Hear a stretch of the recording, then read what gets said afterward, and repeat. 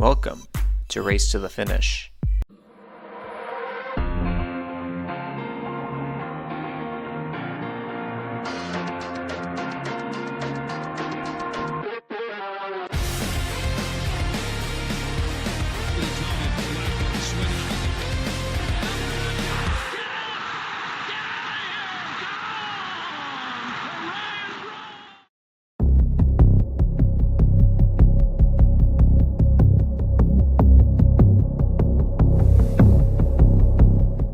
Both the Detroit Tigers and Minnesota Twins had not made the playoffs since the 2006 season, 3 years earlier. In 2007, the Tigers were fighting with the Indians for the top spot in the division, but faded in the second half to miss out on the postseason.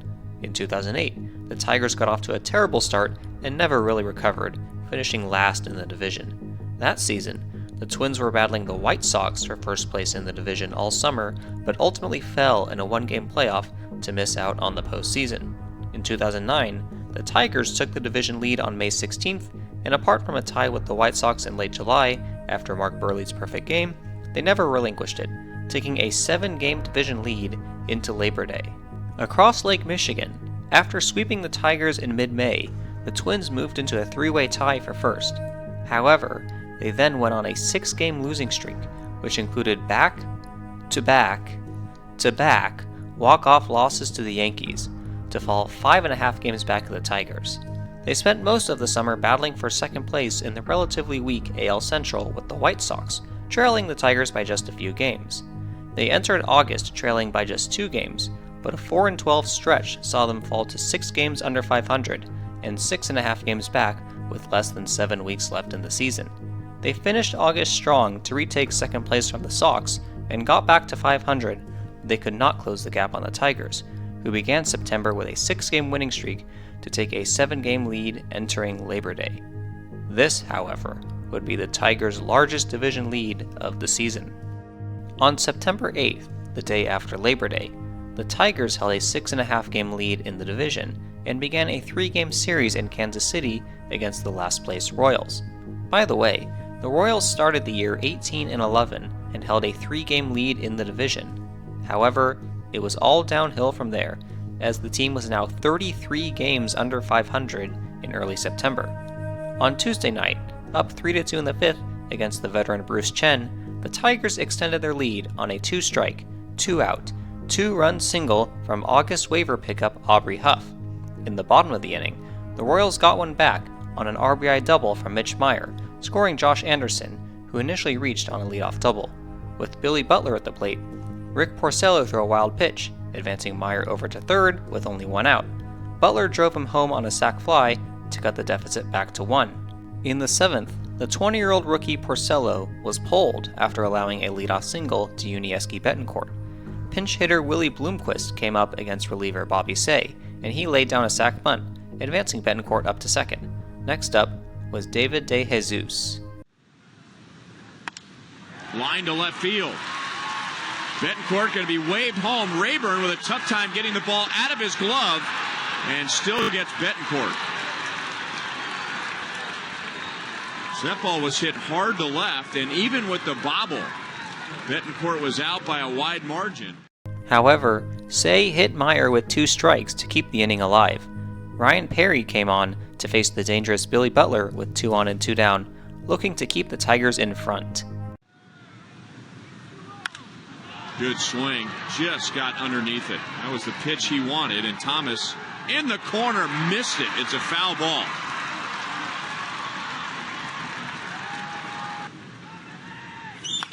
Slider is grounded through the right side. Well, Thomas doesn't make the play, and the Royals make the Tigers pay. Now in danger of putting the Royals in front, Perry now had to face Mike Jacobs. Into left field, the Royals have taken the lead, and Mike Jacobs continues his adjustment up the middle into the opposite field. The Royals added another in the 8th on a DeJesus sac fly. In the 9th, Joakim Soria allowed 2 singles, but recorded all 3 outs via the strikeout, earning the save. Thankfully for the Tigers, the Twins lost in Toronto earlier that night, and as a result, they kept their 6.5-game lead in the Central. On Wednesday night, the Tigers' offense was shut down by Royals pitching. Starter Rob Tejeda threw 6 scoreless, and Kyle Farnsworth threw 2 shutout innings. Justin Verlander only allowed 1 run through 6, but the bullpen allowed 4 runs across the 7th and 8th innings. The Tigers got 1 in the 9th, but that was it.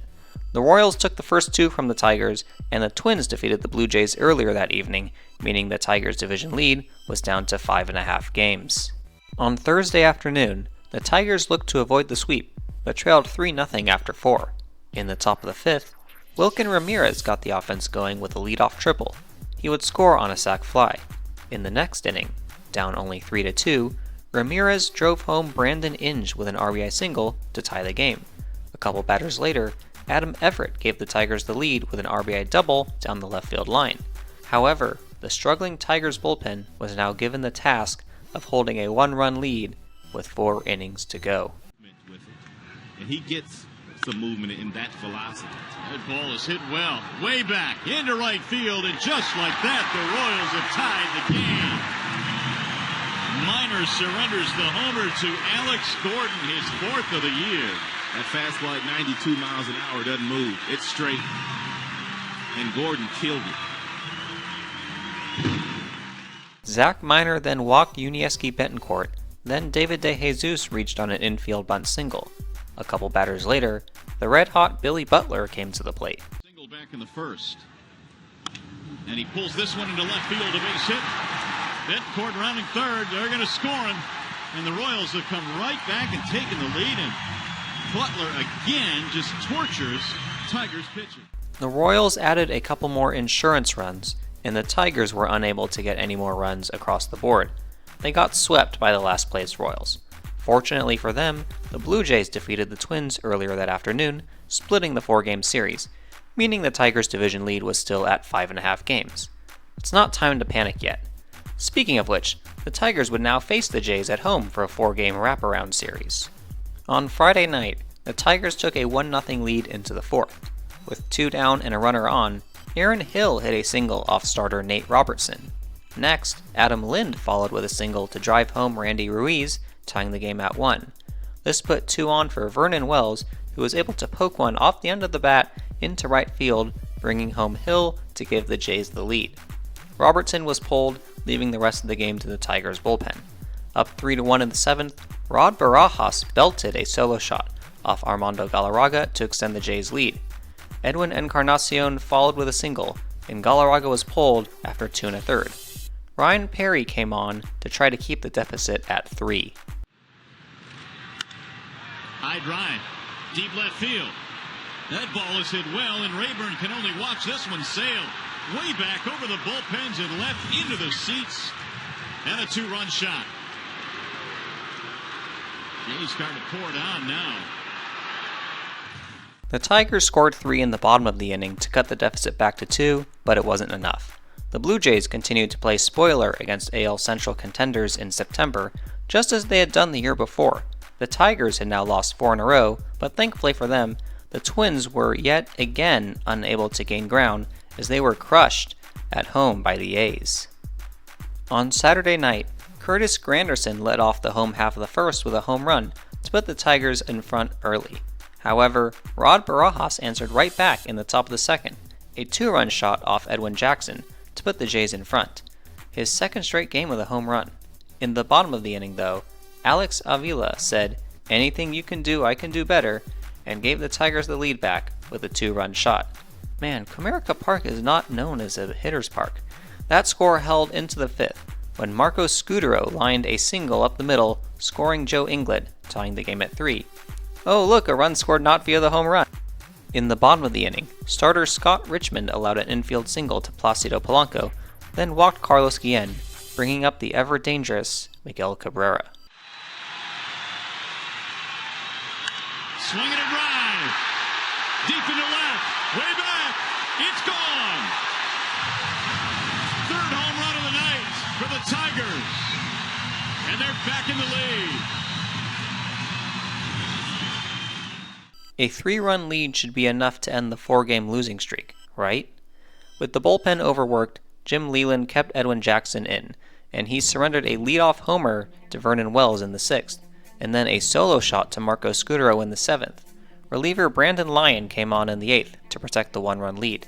He gave up a leadoff single to Vernon Wells, then walked Lyle Overpay to hit 2 on with nobody out. He got the all-of-a-sudden dangerous Rod Barajas to pop out for out number 1, but it was deep enough in foul territory for Vernon Wells to tag up and get to third. This put runners at the corners with 1 out for Edwin Encarnacion with just a .201 batting average. It's going to get away from Avila. Tie ball game. Wells comes in to score on a wild pitch, and it's 6-6. In the 9th, Fernando Rodney came on, looking to keep the game tied. He retired the first 2 batters, but allowed a single to Scutaro on a full count. Next up was Aaron Hill. Driven deep in the air, down the left field line, way back to the corner it goes, and it's gone. A 2-out, 2-run homer for Aaron Hill. His 32nd of the year. And what seemed like a quiet inning for Rodney has turned into a 2-run frame for the Jays. The Tigers let another one get away. That's 5 straight losses now. Fortunately for them, the Twins were yet again unable to capitalize earlier in the day, which meant they remained 5.5 up. However, the White Sox defeated the Angels earlier in the day, which meant their division lead was now down to 5 games, as the Sox had now taken second place. Is it time to panic yet? On Sunday afternoon, the Tigers came out swinging off Ricky Romero. They collected 7 base hits, 2 walks, and a hit batsman in the first 3 innings to take a 4-0 lead. The Tigers added some insurance in the 8th on an RBI double from Aubrey Huff and a 2-run single from Brandon Inge. The Tigers won 7-2 to put an end to their 5-game losing streak. That afternoon in Minneapolis, the Twins shut out the A's 8-0 behind 7 shutout innings from Brian Dunsing and 2 RBIs each from Michael Kadire, Joe Mauer, and Orlando Cabrera. The White Sox stint in second place was short-lived as they fell to the Angels later that day. This meant the Tigers' division lead was back to 5.5 games, with 3 weeks to go. On Monday night, the Jays and Tigers concluded their 4-game series. The Tigers took a 2-0 lead into the 6th, until the Jays got to Justin Verlander. Travis Snyder led off with a double, then Scutaro reached on a bunt single. Aaron Hill followed with an RBI single to put the Jays on the board. Next up was Adam Lind. In the air toward left field, way back. Rayburn going to the wall, and it's gone. It's out of here. An opposite field home run for Adam Lind, and the Blue Jays have unloaded on Verlander.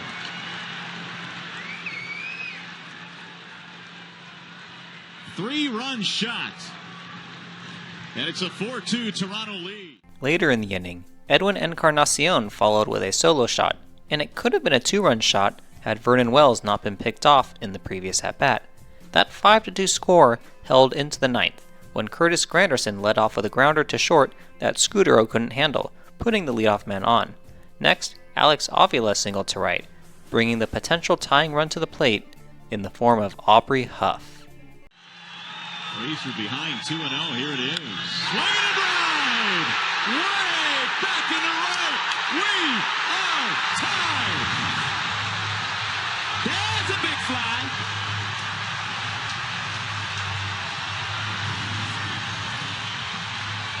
Aubrey Huff in a pinch. 5-5 game. He killed it. Exactly what Leland had in mind when he sent Huff up there in a pinch-hitting role. In the 10th, Blue Jays relievers issued back-to-back one-out walks to Brandon Inge and Curtis Granderson, putting the potential game-winning run in scoring position for Alex Avila. Bouncing ball hit to the right side. Overbay has it. He'll fire to second and throw it away. It's off the glove. Here comes in trying to score, and he will. And the Tigers with another walk-off win. Scutaro made another error. Oh, this is a good win for the ball club tonight. Sometimes it's better to be lucky than good. And they are feeling it. Are those the breaks the Tigers needed? Wells getting picked off, and 2 Scudero errors? At this time, the Indians took a 3-0 lead in their series opener against the Twins, thanks to home runs from Shin-Soo Choo and Trevor Crowe? Who the fuck is that? Well, I guess that's a quarter of his major league home runs. That was his first, by the way. In the bottom of the 8th, Orlando Cabrera led off with a grounder to short that Asdrubal Cabrera, no relation, somehow couldn't get a clean grip on. Maurer was walked on 4 pitches, and Chris Perez relieved Tony Sipp to face Michael Kadire. I think you know where this is headed. 3-1. High drive to center field. This one's up. Back. Gone. Number 100 for Michael Kadire, and boy, is it a big one.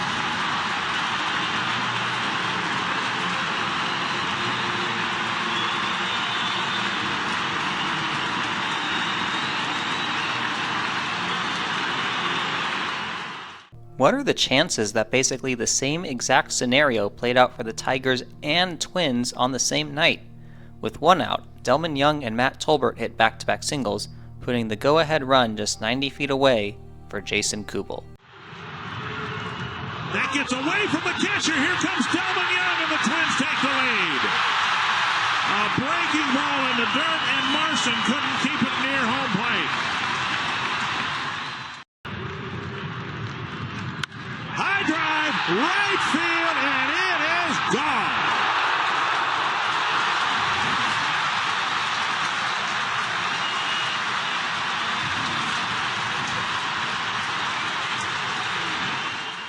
Joe Nathan got the save in the 9th, and the Twins kept pace with the Tigers, staying 5.5 back, and they got back to 500. However, the Twins received some bad news, as star first baseman Justin Morneau was ruled out for the rest of the season with a stress fracture in his lower back. Additionally, third baseman Joe Creedy was ruled likely done for the year, also with back problems. On Tuesday, the Tigers welcomed the last-place Royals to town, who just swept them last week. Unfortunately for the Tigers, it was more the same, as Alex Avila committed a passed ball with the bases loaded in the first, putting the Tigers in an early hole. Later in the at-bat, Alberto Callaspo sent one over the fence to give the Royals a 4-0 lead before the Tigers even came up to bat. David DeJesus and Miguel Olivo each added 3-run homers late in the game, and the Royals continued their September mastery of the Tigers, winning this one 11-1. That night in Minnesota, the Indians took a 3-2 lead into the 5th, until Ocap led off the inning with a home run off Fausto Carmona to tie it up at 3. In the 6th, Brian Busher and Nick Punto each delivered RBI singles to put the Twins up by 2. Joe Nathan allowed a solo shot in the 9th, but that was it, and the Twins were able to gain ground on the Tigers this time, closing the gap to 4.5 games. On Wednesday afternoon, the Twins completed the sweep over the Tribe with a 7-3 victory. Michael Kadire delivered 3 RBIs, including another home run. Now, how could the Tigers respond? For the second straight night, the Royals took an early 3-0 lead, thanks to RBI singles from Mitch Meyer and Miguel Olivo. Oh, by the way, Ryan Rayburn threw out Unieski Betancourt at the plate again. In the 4th, the Tigers cut the deficit to 1 on an RBI single from Curtis Granderson, and an RBI double from Adam Everett. In the 6th, Everett delivered another RBI, this time an infield single, scoring Granderson to tie the game at 3. A couple batters later, runners on the corners for Placido Polanco. Stan, it's Placido. The accent mark's over the A, not the I. It's not that hard to pronounce. The 1-1 pitch is looped to right field, sinking, base hit. Laird scores and Polanco gets it done. The Tigers have their first lead of the night. He's just a money player. In the 8th, the Royals led off the inning with back-to-back singles off Bobby Say, placing runners at the corners with nobody out, down only a run. Leland brought in Brenton Lyon to wiggle out of danger. There's a bouncer back to the mound. Lyon will get the out at first, checking the runner at third.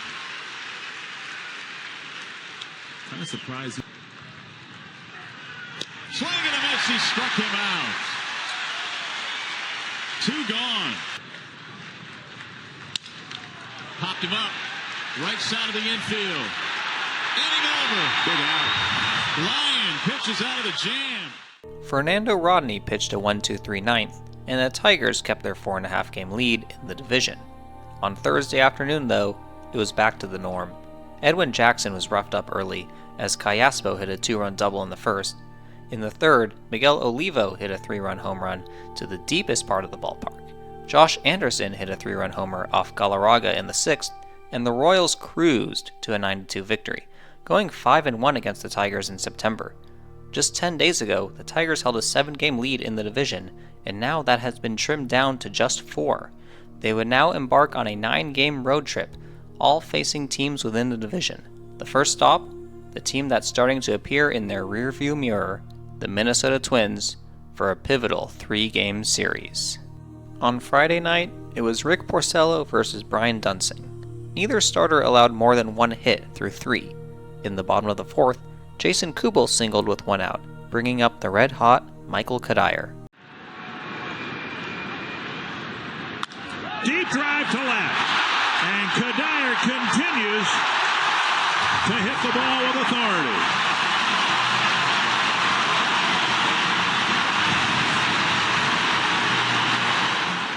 The Tigers had a chance to get closer in the next inning after Marcus Thames led off with a double, then advanced to third on a sac fly. However, Granderson and Gerald Laird were unable to bring him home.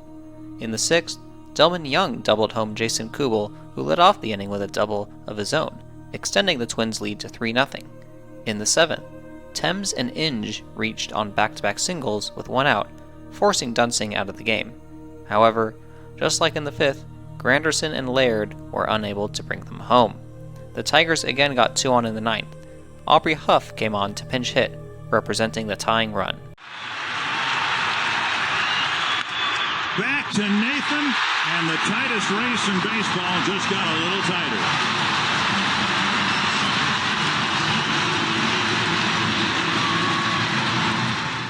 At just 3 games back, this is the closest the Twins had been since August 2nd, over 6 weeks earlier. On Saturday afternoon, it looked to be another pitcher's duel in Carl Pavano against Justin Verlander. However, the bats showed up in the first inning as Miguel Cabrera singled home Placido Polanco to put the Tigers on the board first. However, in the bottom of the inning, Joe Mauer crushed a solo shot to right to tie the game at 1. In the third, Polanco, Cabrera, and Huff each hit singles off Pavano, with the latter base hit giving the Tigers the lead back at 2-1. That score held into the 8th, where Verlander stayed in the game at 108 pitches. After striking out Nick Punto to start off the inning, he allowed a single to Denard Span, bringing up Orlando Cabrera.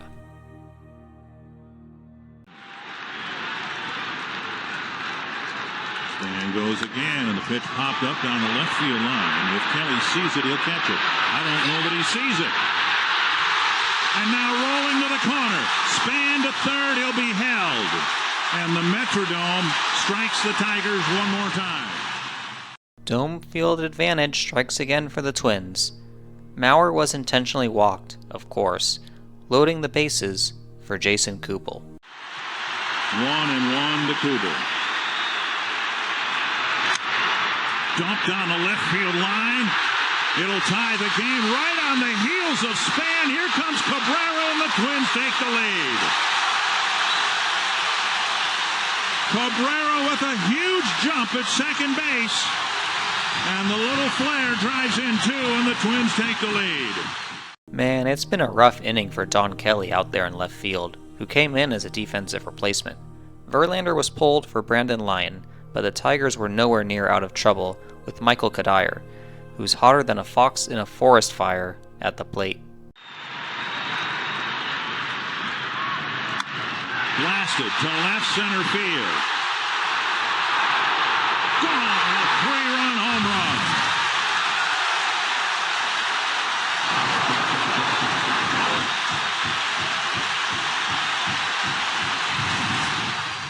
That's now 6 wins in a row for the Twins, who were now just 2 games back in the division, the closest they had been since July 31st, over 7 weeks prior. The Tigers had held at least a share of the division lead for over 4 months, but their grip was starting to loosen. Seriously needing a win on Sunday to stop the bleeding, it did not start out well. as OCAB and Joe Mauer hit back-to-back one-out singles off Nate Robertson in the first. Then Jason Kubel drove home OCAB with an RBI groundout to give the Twins an early lead. In the fourth, Maglio Ordonez singled with 2 outs, bringing up Carlos Guillen. That's deep to right. And the ball bounces away from Kubel. Rounding third and scoring is Ordonez. And throw coming through to third base. And in there with an RBI triple is Carlos Guillen. In the bottom of the inning, Delman Young led off with a double. After Robertson induced a couple of groundouts, Nick Punto gave the Twins the lead back with a 2-out RBI single. In the fifth, though, Twins starter Scott Baker ran into trouble. He walked Gerald Laird to start out the inning, then gave up a single to Ramon Santiago. Granderson grounded out to first, but both base runners advanced into scoring position with only 1 out for Placido Polanco. And a base hit. It'll score Laird.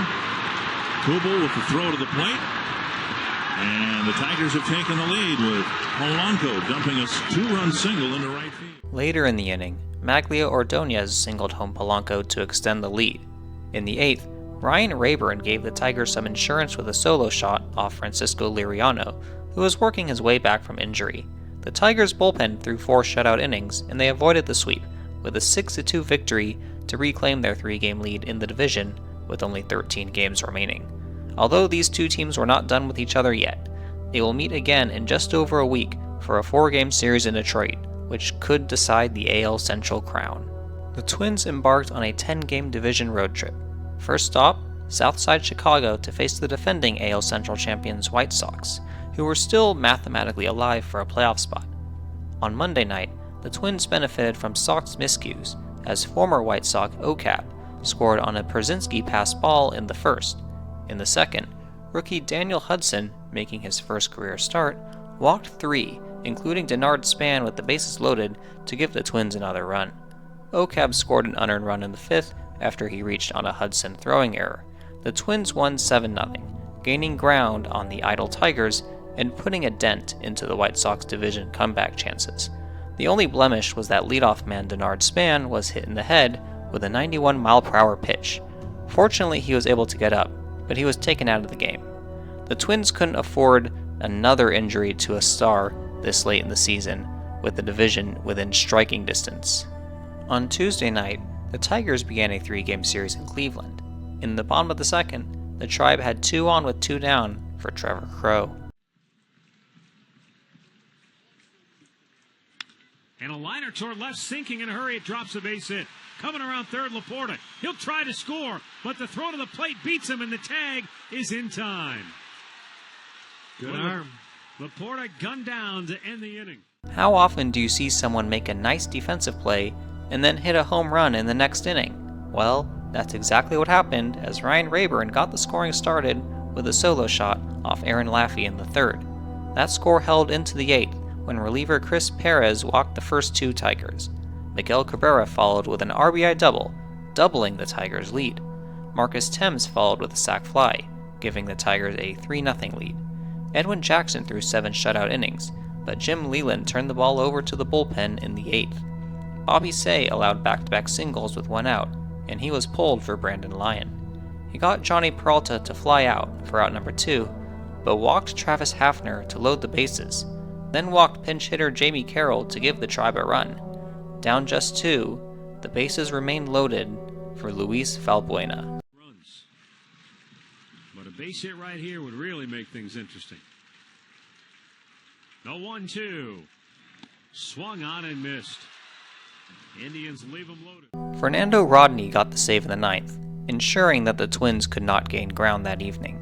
That night in Chicago, Orlando Cabrera got the scoring started again with a 2-run shot off John Danks in the first. Wow, OCAB was acquired for Tyler Ladendorf? What a steal. However, the Sox would strike back. Down 3-1 in the third, Alex Rios hit a solo shot to make it a 1-run game. After a Scott Podsednik single, Gordon Beckham came to the plate. High and deep stretch. Stretch way back. He jumps, you can put it on the board. Yes. 2-run homer. After the Twins tied it in the fourth, Joe Mauer gave them the lead back with a 2-out RBI double in the fifth, scoring OCAB.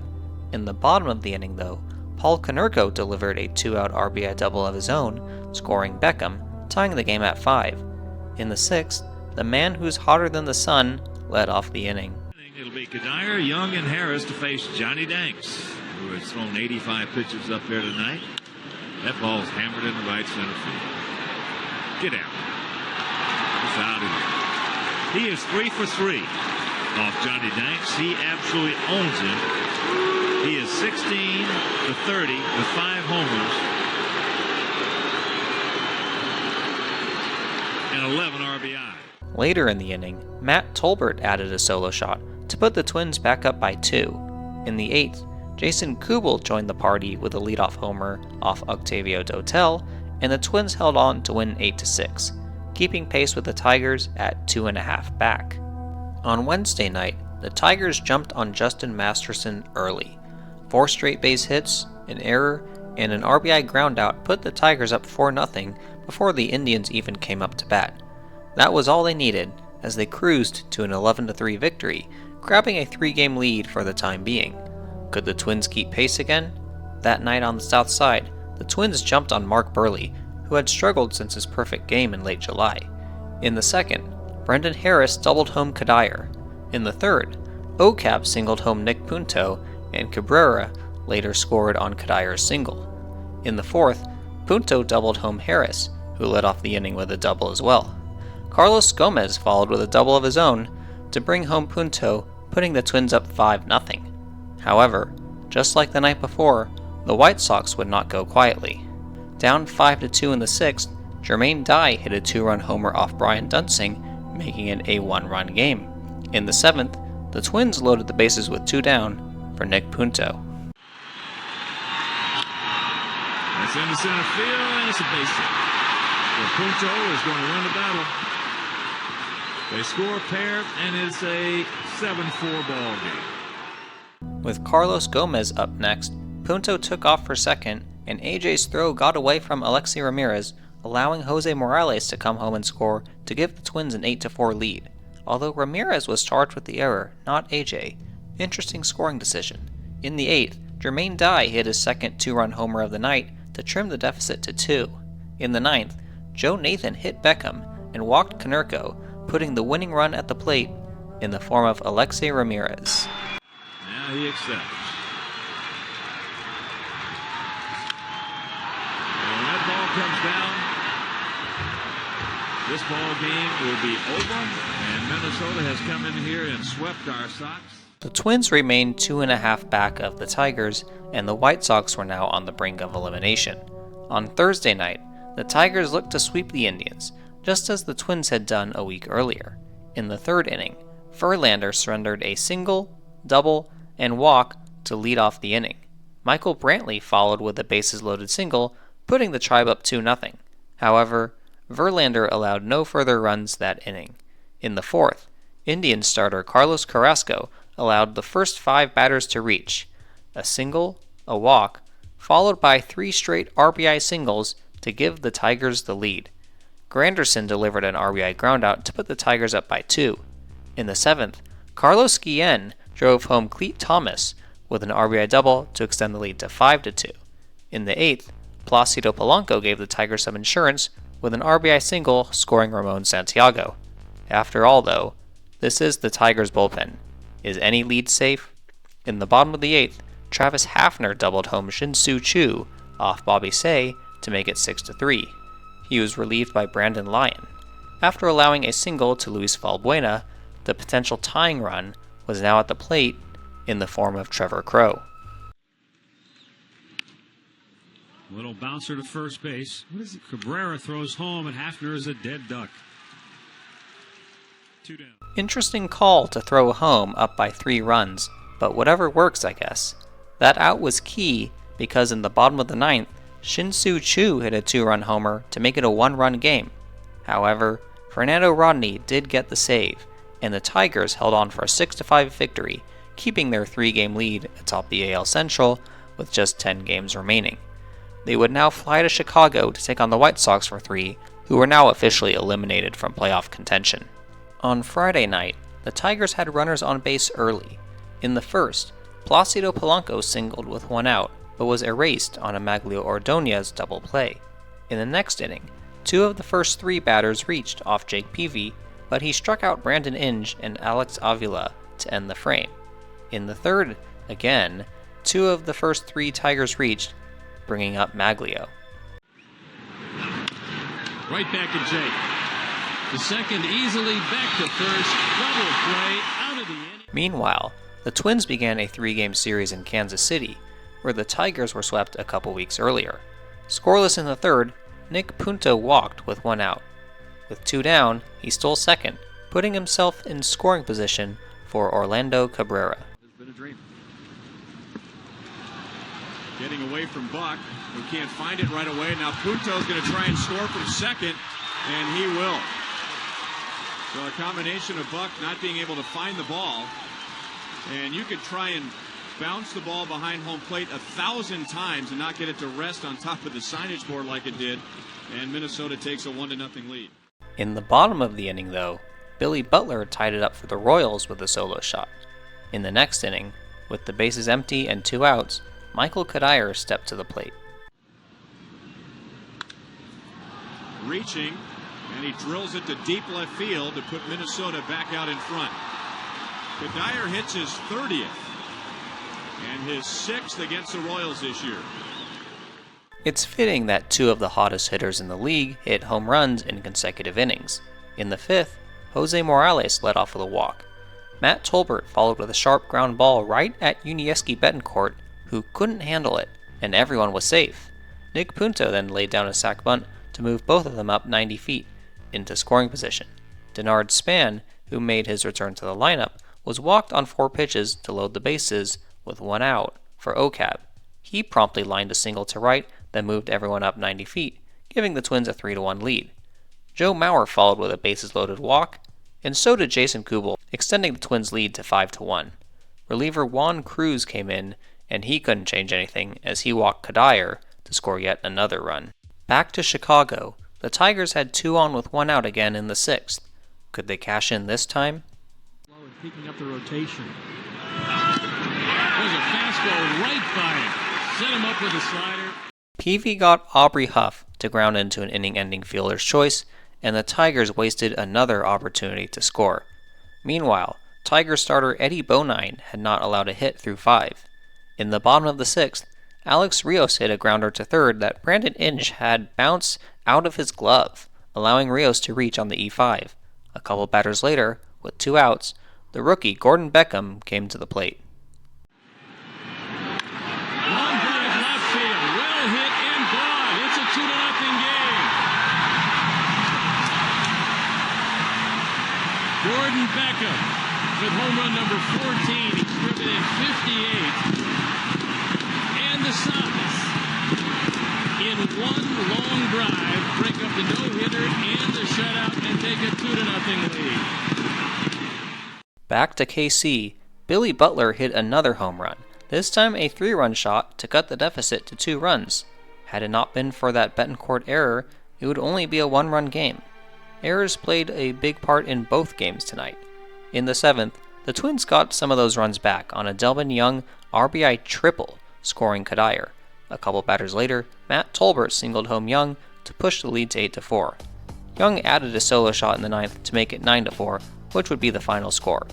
Coupled with the Tigers' 2-0 loss, the Twins were back to 2 games behind, with just 9 games remaining. On Saturday night on the South Side, it did not start out well for the Tigers, as Scott Podsednik reached on a bunt single on the first pitch of the home half of the first. He then advanced to second when Nate Robertson bounced his pickoff attempt, which got away from Miguel Cabrera. A couple pitches later, Gordon Beckham lined a single to center, scoring Podsednik, putting the Sox up before Robertson even recorded an out.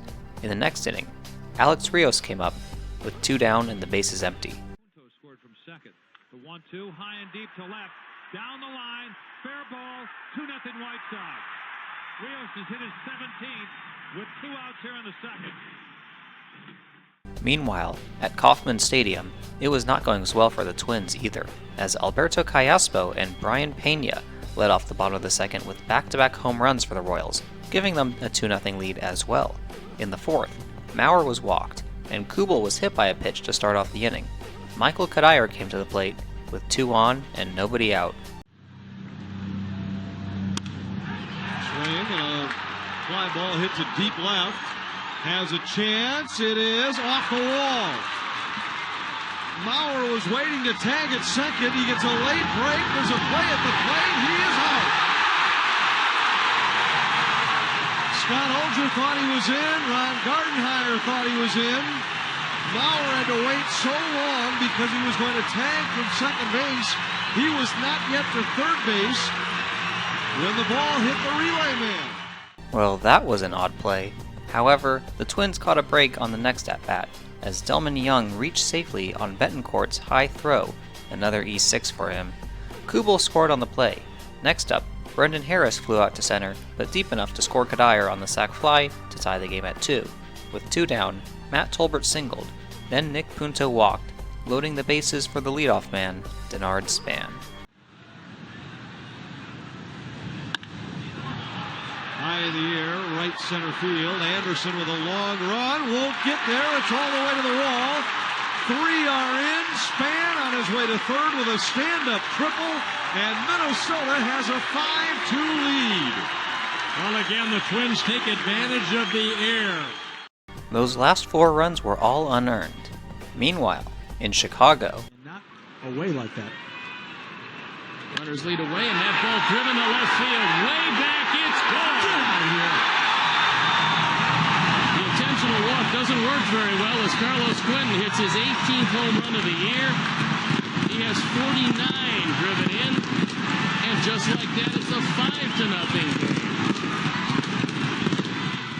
that 4th inning could not have gone any better for the Twins, in both locations.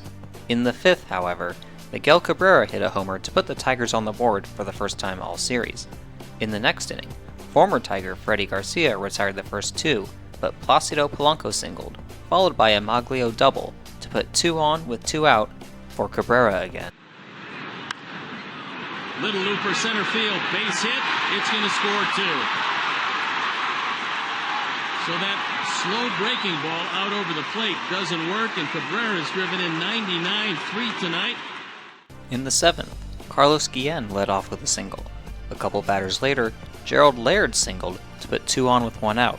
On the very next pitch, Adam Everett singled through the left side, scoring Guillen to make it a 1-run game.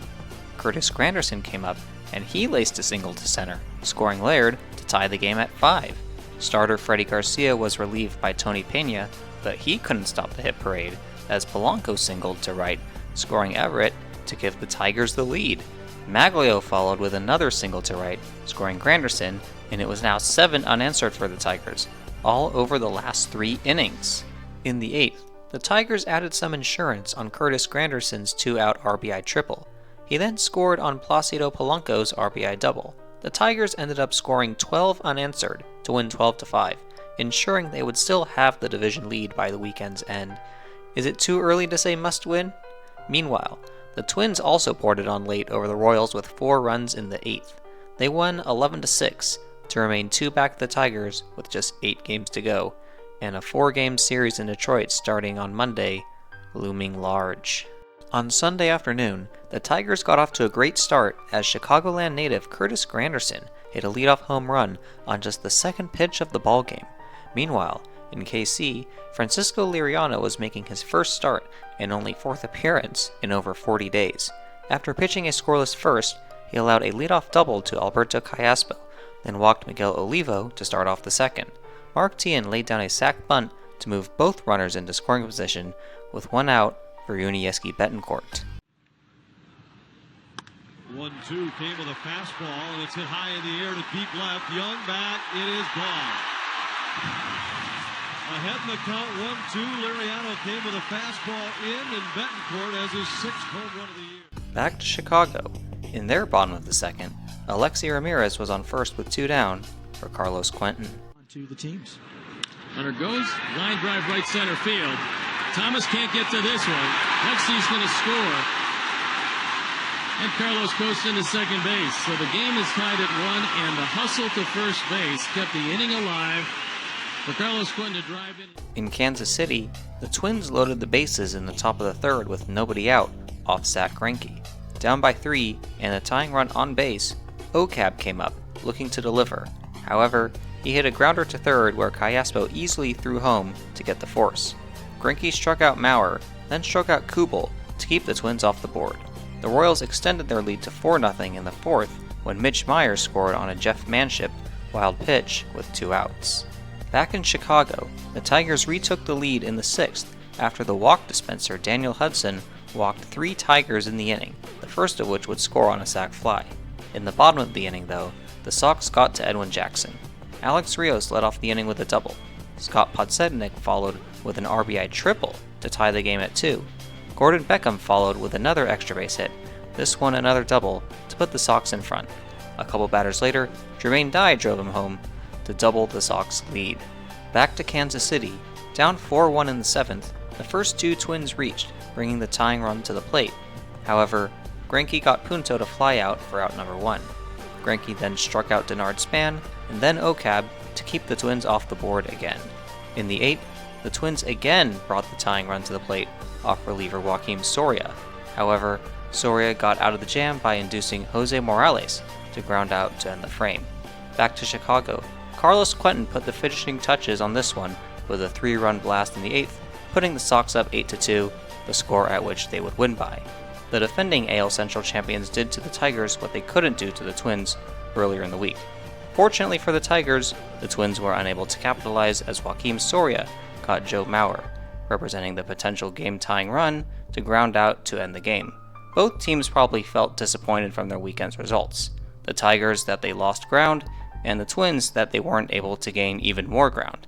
The Twins would now travel to Detroit to face the Tigers in a pivotal, season-defining 4-game series. With only 7 games left in the season, if the Tigers won the series, either by a sweep or taking 3 out of 4, they would clinch the division. If the Twins took 3 out of 4, they would tie the Tigers for the division lead, and if they swept, they would take a 2-game lead. If the teams split the series, the Tigers would hold their 2-game division lead with only 3 games left. But first, Monday's series opener was postponed due to rain. They'll make it up on Tuesday with a day-night doubleheader. On Tuesday afternoon, it was Rick Porcello versus Nick Blackburn. In the home half of the first, Curtis Granderson led off with a double, but the Tigers were unable to drive him home. In the second, Gerald Laird was hit by a pitch, then Brandon Inge lined a single to right, moving Laird up to third. With 1 out, there were runners at the corners for Ramon Santiago. Now the 1-1. Line drive off the glove of the first baseman Kadire. This will get a run in. Inge on his way to second, pulls in there, and Santiago has an RBI single. In the bottom of the third, Cleet Thomas led off with a double. Miguel Cabrera lined a single to right, but third base coach Gene Lamont elected to hold Thomas at third with nobody out, even though Jason Kubel was playing pretty deep in right field. This brought up Aubrey Huff with runners at the corners. Bouncing ball hit slowly to the right side. They're going to come home, and Thomas is out at home plate. Big play for Minnesota. That's a pre-designed play by the... A big out for the Twins. Blackburn struck out Carlos Guillen for out number 2, then got Laird to ground out to end the inning unscathed. In the fifth, Matt Tolbert led off the Twins half of the inning with a double, the first time a Twin had reached second base with less than 2 outs all afternoon. Nick Punto laid down a sac bunt, advancing Tolbert to third with 1 out. Next up, Denard Span lifted a fly ball to center, deep enough to score Tolbert from third, tying the game on the sac fly. Neither team really threatened until the 9th, when Alexi Casilla led off the top of the inning with a double off reliever Brandon Lyon. Matt Tolbert then laid down a sac bunt, moving Casilla up to third with 1 out. This is exactly how the 5th inning had gone. With the go-ahead run just 90 feet away, Nick Punto came to the plate. And a walk. And there comes the squeeze, and he pops it up right to Lyon, and the Tigers are going to get a double play. Thank you very much. How huge is that for the Tigers? They call the squeeze, and he popped it up. Oh, what a big play. In the bottom of the ninth, Carlos Guillen led off with a walk and was pinch ran for by Wilkin Ramirez. Gerald Laird laid down a sac bunt, advancing Ramirez, representing the game-winning run into scoring position with only one out. Brandon Inge, with a chance to play hero, flew out to right for out number 2. This brought up Ramon Santiago, who had the only Tigers RBI of the day, with 2 down. Here comes the 0-2. Drive into right field, hit well, Span goes back and he gets it at the warning track. Oh my goodness. How did he get back and make that play? Santiago hit that ball right on the screws and he can't believe it. Brandon Lyons stayed out there for the 10th and allowed a leadoff single to Denard Span. Then, Ocab came up to the plate. That's going to get away from Laird. That settles that. Span will get to second. And another one that gets away from Laird. Well, they're making it too easy now for the Twins. Line drive to left, base hit, and the Twins will take the lead. An RBI single by Orlando Cabrera. And that's the first run in this game since the 5th inning. Not sure it could have gone much worse for Lyon in those 3 consecutive pitches. Joe Mauer followed with a walk, then Carlos Gomez moved both runners into scoring position with a sac bunt. The red-hot Kadire was intentionally walked, loading the bases for Delman Young. He hit one into deep right center field that Granderson was able to track down for the second out, but well deep enough for Cabrera to tag up and score, giving the Twins a 2-run lead. Granderson hit a leadoff home run in the bottom of the 10th, but Joe Nathan retired the next 3 to get the save. The Tigers had a 7-game lead in the Central just 23 days prior, but now it was down to just a single game, with only 6 remaining, and still 3 to go in this series.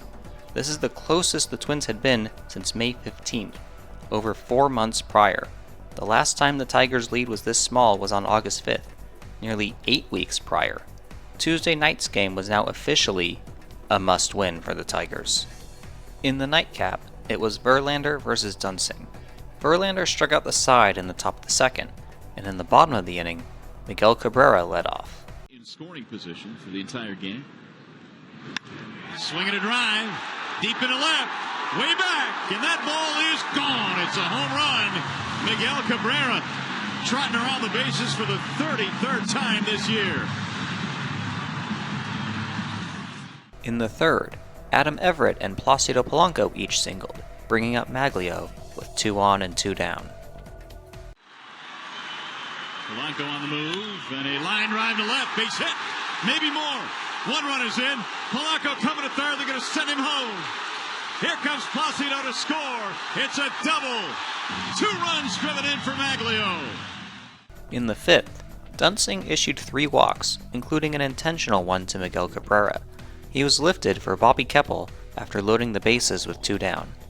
Brandon Inge stepped to the plate. He doubled in his last at bat. And a ground ball, base hit to left. Rayburn scores. Here comes Cabrera. They send him home. Here comes the throw from Young. Off target. 2 runs in. Brandon Inge with his 2nd hit of the game. In the 6th, the Twins finally got to Verlander. Ocab drove home Denard Span with an RBI single after the latter hit a 1-out double. Joe Mauer followed with a double, which advanced Ocab to 3rd. With 2 runners in scoring position, Jason Kubel lifted a fly ball to deep left center field, caught by Granderson, but deep enough to score Cabrera to tag and score to give the Twins their 2nd run of the game. At 108 pitches through 7, Verlander came back out for the 8th. After retiring Punto to lead off the inning, he allowed back-to-back singles to Span and Cabrera, bringing the potential tying run to the plate in the form of Joe Mauer. A wild pitch moved both runners into scoring position, taking away the potential ground ball double play. Mauer then grounded out to 1st for out number 2, but Span scored to make it a 2-run game. When it looked like Verlander would escape, Jason Kubel lined a double to left center field, scoring Cabrera, and all of a sudden, it was a 1-run game. The tying run was now in scoring position for Michael Kadire. 1 strike from getting out of this inning. And a slow roller hit toward 3rd, Inge charging, gloving. He got it. They'll get a couple to get it close. It's 5-4 as we go to the bottom of the 8th. The Tigers desperately need some breathing room the way their bullpen has pitched as of late. High High fly ball hit well into right field. Span going back. Track. Wall. Gone. Oh, the Tigers needed that. Curtis Granderson has just hit number 30. Boy, is that big. Fernando Rodney came on for the save, and after allowing a leadoff single to Delman Young, he retired the next two. Nick Punto came up as the last chance for the Twins. The 0-1 in the air, center field. Granderson, it's over his head. Coming to third base is Young. They will send him home and he'll score. Oh, my goodness. How big was that Granderson home run in the 8th? Rodney got Span to fly out to end the ballgame, and the Tigers survived. For now, at least. They kept their lead atop the Central, ensuring they would at the very least be tied for the division lead by the end of the series. The pressure was now back on the Twins to keep up. On Wednesday night, Eddie Bonine went for the Tigers, but it was the Twins who struck first.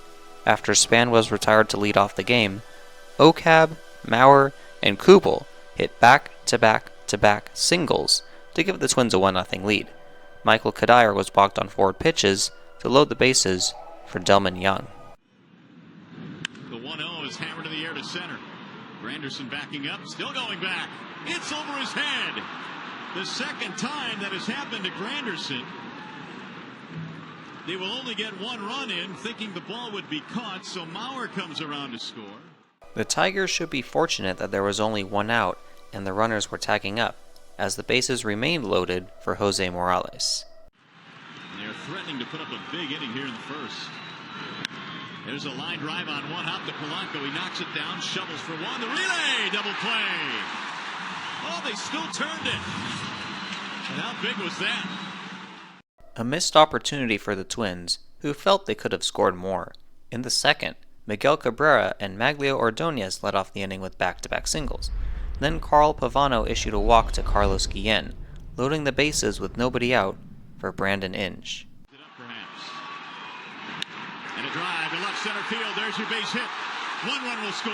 2 runs are in. Guillen coming to third base. He's in there. Inge is safe. It's a double, and the Tigers have tied it up. A couple batters later, Ramon Santiago stepped to the plate with 2 runners in scoring position. And it's looped in the air to right center field. That ball is down. Base hit. 1 run is in. Inge routing third. He'll come home. He'll score. Santiago delivers. And it's 4-2 Detroit. Both starters settled down from there. In the bottom of the 5th, Santiago led off with an infield bunt single, in which Nick Punto attempted a behind-the-back throw to first. Not sure I've ever seen that before. A couple batters later, Placido Polanco lined a single to center, advancing Santiago to third. Cleet Thomas was walked to load the bases for Miguel Cabrera. Crowd getting into it. And he popped him up. Wow, was this a huge out for Pavano? 2 gone. A huge second out, but Pavano still had to face Maglio to get out of the inning. Month of September, over 400. No one's been better. Driving to the gap, left center field, it's down. This might get 3 runs in. 2 runs will score. Here comes Thomas. He will score. Maglio comes through. That clutch hit. Cabrera feel a whole lot better. Relievers Zach Miner, Brandon Lyon, and Fernando Rodney shut out the Twins the rest of the way. After coming back from 6 games under 500 in mid-August and nearly making up a 7-game deficit from Labor Day, the Twins now found themselves on the brink of elimination on the 4th to last day of the regular season.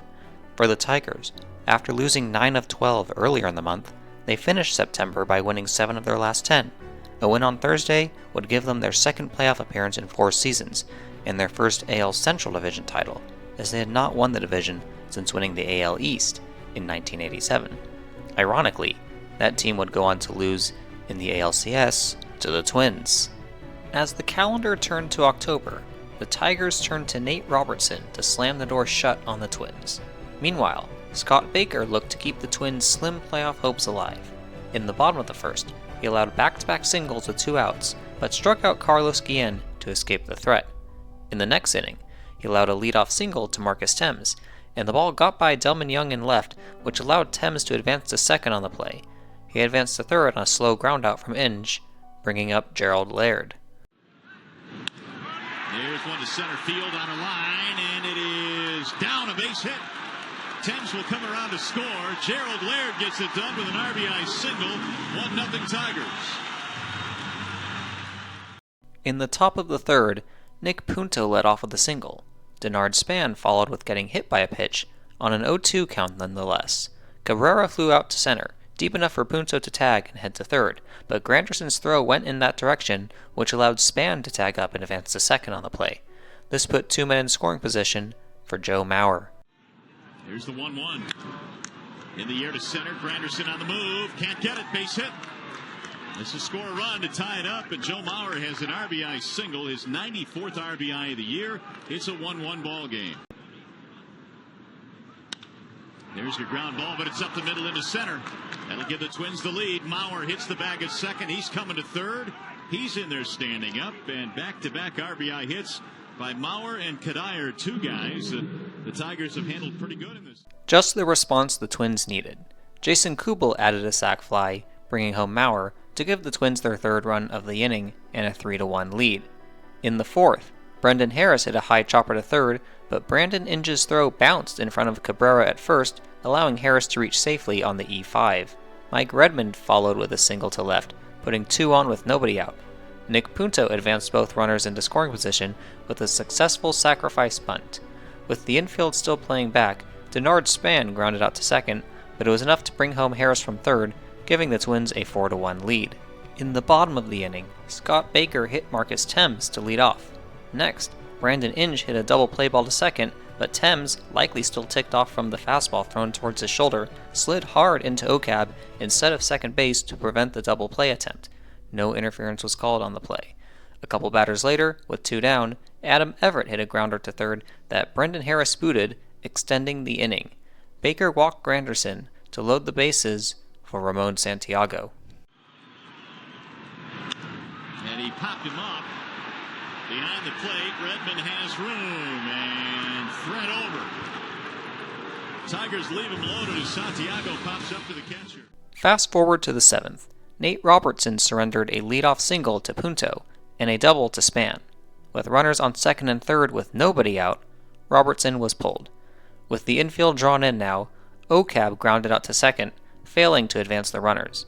Joe Mauer was intentionally walked, loading the bases. However, Ryan Perry struck out Kadire for out number 2, a huge strikeout. Nifute relieved him and struck out Jason Kubel on 3 pitches to escape the threat, keeping the Tigers in the game.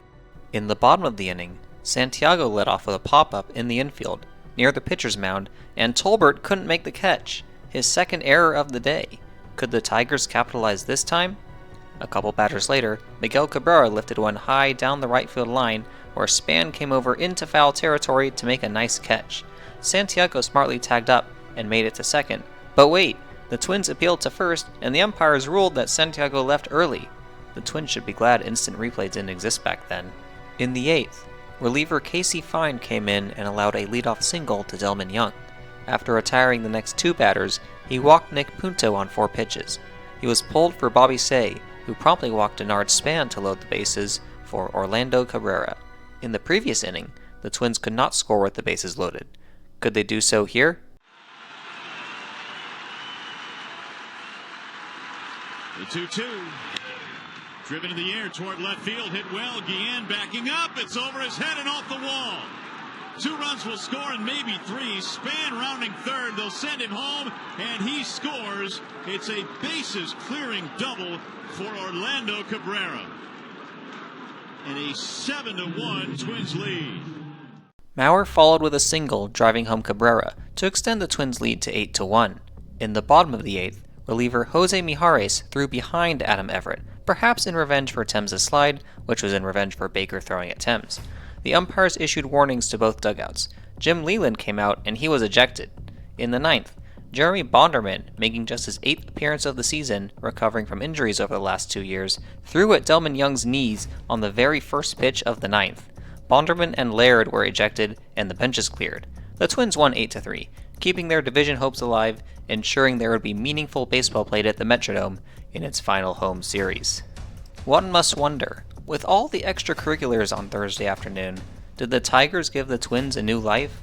They missed an opportunity to deliver a knockout punch, and will now need 2 wins over their final 3 games instead of just 1.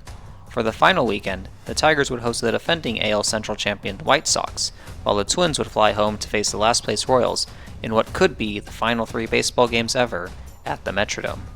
On Friday night, Edwin Jackson got the start for the Tigers. And hitting that one deep to right field, it is hooking, and that ball is fair. It's gone. A home run for Scott Podsednik. His 7th home run of the season. And Podsednik, just like that, gives the White Sox an early lead. Well, that didn't start out to plan. Fast forward to the 4th. Gordon Beckham led off the inning with a double. Then, A.J. Pierzynski laid down a bunt, moving him up to 3rd with 1 out. Jackson struck out Konerko for out number 2, but still had to face Jermaine Dye to get out of the inning. On the 8th pitch of the at-bat, High fly ball into shallow left field. Long run for Guillen. Sliding, and he can't get it. Dye will go to second base, and he's in there sliding safely. Carlos did not have to leave his feet for that play. He ran a long way, but he just should have kept running. Guillen slid too early. Or perhaps he didn't need to slide at all, but it wasn't ruled an error. Over in Minneapolis, Willie Bloomquist and Billy Butler each hit singles off Jeff Manship in the 1st, putting runners at the corners with 1 out for Brian Pena. Sox need to sweep the Tigers in Detroit. To second base. And the Twins get out of it.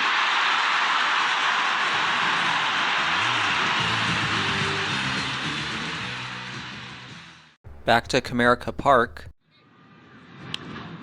Swinging a high drive into left field. This ball is hit well. Guillen going back. He'll turn on it, and it's gone. What did I just say about those fastballs? Well, that one ended up in the seats. And for Quentin, who hit 2 home runs in the 3-game series in Chicago, has hit another one here against Detroit. Alright, that's more good news for the Twins. Back to the Metrodome. O'Cab and Joe Mauer hit back-to-back singles off Lenny DiNardo with 1 out in the bottom of the 1st, putting runners at the corners for Jason Kubel. Now DiNardo gets a ground ball, but hard hit off of Cayasco, and Minnesota takes a 1-0 lead. Perhaps Cayaspo should have had that? Field turf is something else. Michael Cuddyer was walked to load the bases for Delman Young.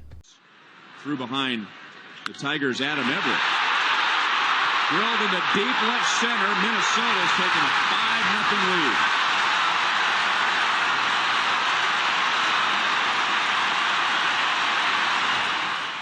Back to the Motor City. In the 6th inning, Gordon Beckham led off with a walk. Pierzynski followed with a single, moving Beckham up to 3rd. Konerko followed with a walk to load the bases, still with nobody out. Jermaine Dye, who hit an RBI double in his last at-bat, drew a bases-loaded walk this time, Jackson's 3rd walk issued of the inning. The bases remained loaded for Mark Kotsay. Second RBI of the night for Jermaine Dye. Driven to right field and hit well. Maglio was on the move, and he'll get it on the run. No! It's over his shoulder and over his glove. 2 runs are in.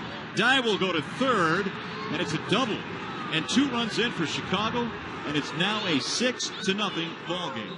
The wheels just fell off for Ejax. Casey Fine came on in relief, and it did not get much better. Carlos Quentin singled through the left side, scoring Dye and moving Kotsay up to 3rd. Next, Alexei Ramirez flew out to right for the 1st out of the inning, but deep enough for Kotsay to tag up and score, giving the Sox an 8-0 lead. All 8 runs charged to Jackson. Back to Minnesota, Denard Span led off the 2nd with a double. O'Cab followed with an infield hit, moving Span up to 3rd.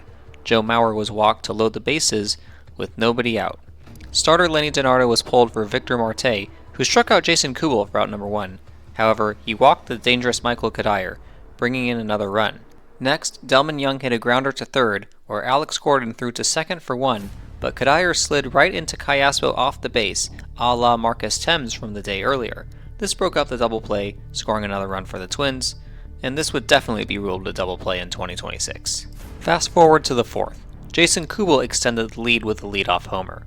After a Kadire walk and a Delman Young infield single, Brendan Harris delivered an RBI double, scoring Kadire and moving Young up to third. Marte was relieved by Carlos Rosa, who allowed a sac fly to Matt Tolbert, scoring Young, giving the Twins a 10-0 lead. Back to Detroit, the White Sox shut out the Tigers by that 8-0 score. Jake Peavy pitched 8 scoreless innings, and the Twins got the help they needed. Now, could they hold on to their double-digit lead? In the 5th, the Royals finally got on the board as Yuniesky Betancourt singled home Alex Gordon after he doubled.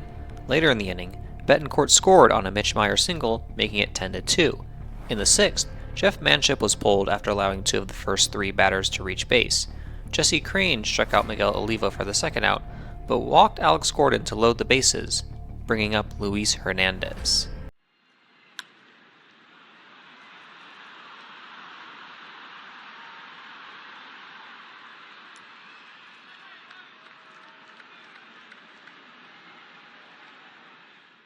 Well, don't go anywhere.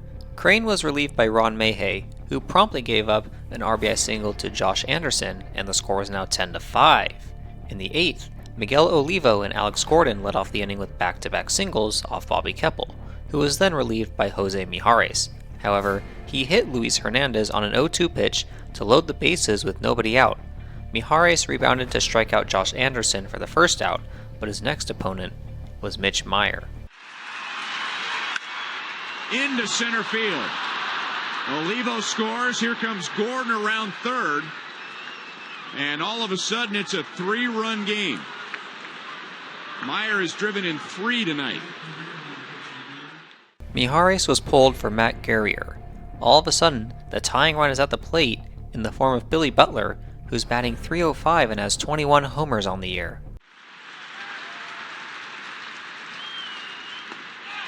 Struck him out. Guerrier got Brian Pena to fly out to retire the side. Joe Nathan got the save in the 9th, and the Twins survived the scare, and were only 1 back of the Tigers again, with 2 games remaining.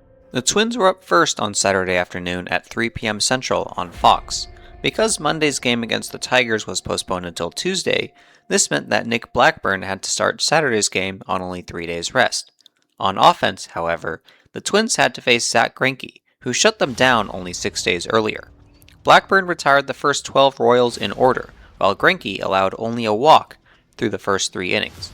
Ocab delivered the game's first hit to lead off the bottom of the 4th, but Greinke retired the next 3 to keep the game scoreless. In the top of the 5th, Mike Jacobs broke up Blackburn's perfect game with a leadoff single. Callaspo followed with another single, putting 2 on with nobody out for the Royals. Mark Teahan laid down a sac bunt, moving both runners into scoring position with 1 out for Miguel Olivo. Greinke, you better find a way to get out of this inning. Well, he just made a pitch, jamming Olivo, firing in time for the out is Tolbert. This crowd loves it. Runners still at second and third. I'm a little surprised Jacobs didn't run there. It's not like the Royals have anything to play for, with 95 losses. Blackburn got Alex Gordon to pop out to end the threat, keeping the game scoreless. In the bottom of the 6th, Nick Punto led off with a walk. Denard Span sacrificed him over to second. Next, Ocab hit a high chopper to the left side that was slow enough to advance Punto over to third. With 2 down, Joe Mauer came to the plate. Punto at third, the 1-2 line drive, base hit.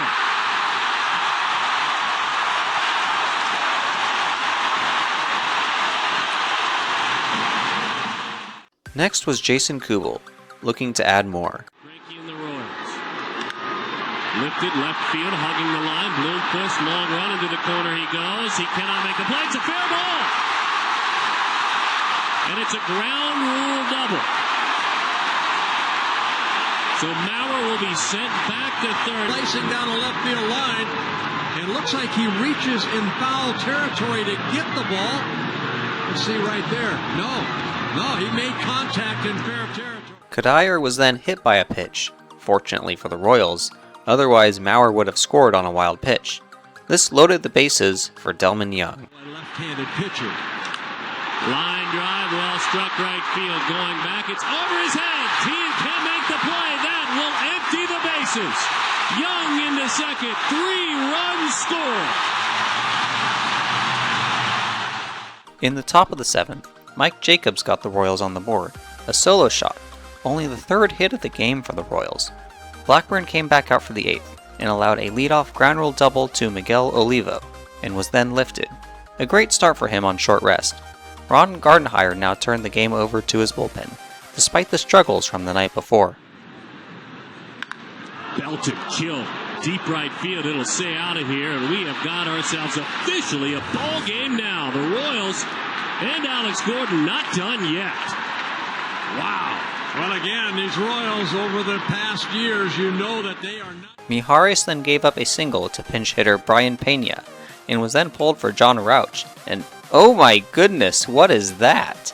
The first batter he faced was Willie Bloomquist, who lined a single into right center on an 0-2 pitch, which moved pinch runner Tug Hewlett up to third. All of a sudden, the Royals had runners at the corners with nobody out, down just a run for Mitch Meyer. Shot, picked. There's one on to first. A double play. What a play there by Punto. The game is tied at 4. Roush angry with himself that it's tied back up, so a fresh start, but a fabulous play there by Punto. They turn it over. The Royals had now tied it up, but the Twins were able to prevent any further damage in part thanks to the double play. In the bottom of the 8th, Jason Kubel grounded out to lead things off, bringing up Michael Kadire, who didn't have a base hit yet in this series. He left baseball for a while. Deep left field. That's right. Out of here.